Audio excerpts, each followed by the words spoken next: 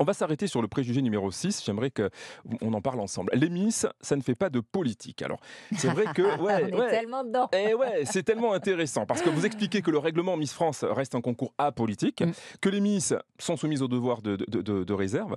Et pourtant, vous le rappelez, la première quand même à avoir affiché ses convictions politiques quand même, c'est Geneviève. Et automatiquement, vous participez à un concours qui est suivi par des millions de téléspectateurs. Si vous prenez parti, c'est clivant.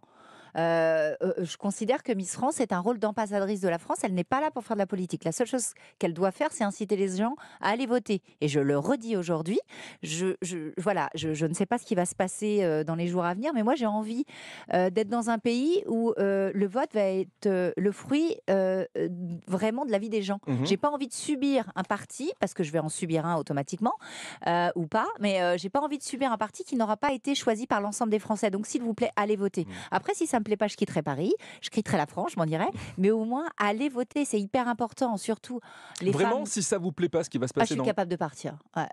Je suis capable de partir parce que puis bon, sans parler de politique, mais moi je suis affligée de la politique actuelle, de voir qu'à un moment donné, on ne peut pas se rendre compte qu'il y a des votes sanctions, qu'il y a un rejet d'une politique et qu'en fait les gens parfois ne prennent aucune hauteur, ne prennent aucune analyse de ce qui se passe en France. Je suis choquée. Ne pensez-vous pas aussi, Sylvie Tellier, que les Miss devraient pouvoir prendre part au débat ? Je vois depuis des semaines et les sportifs. Mais sur les chaînes de télévision, mais... sur les chaînes info, elles représentent la France, elles ont une parole. Est-ce que vous ne pensez pas que le temps de la neutralité est terminé, comme on le disait tout à l'heure, et qu'une Miss pourrait avoir le droit de s'exprimer ? Mais elle a le droit, complètement. Mais moi, je leur dis, on n'a pas de baguette magique. Ouais.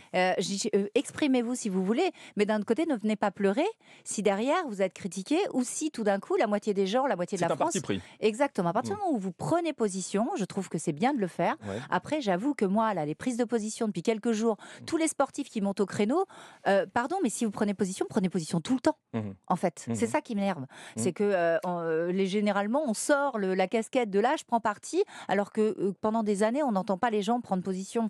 Je trouve qu'il y a un côté un peu démago, quoi.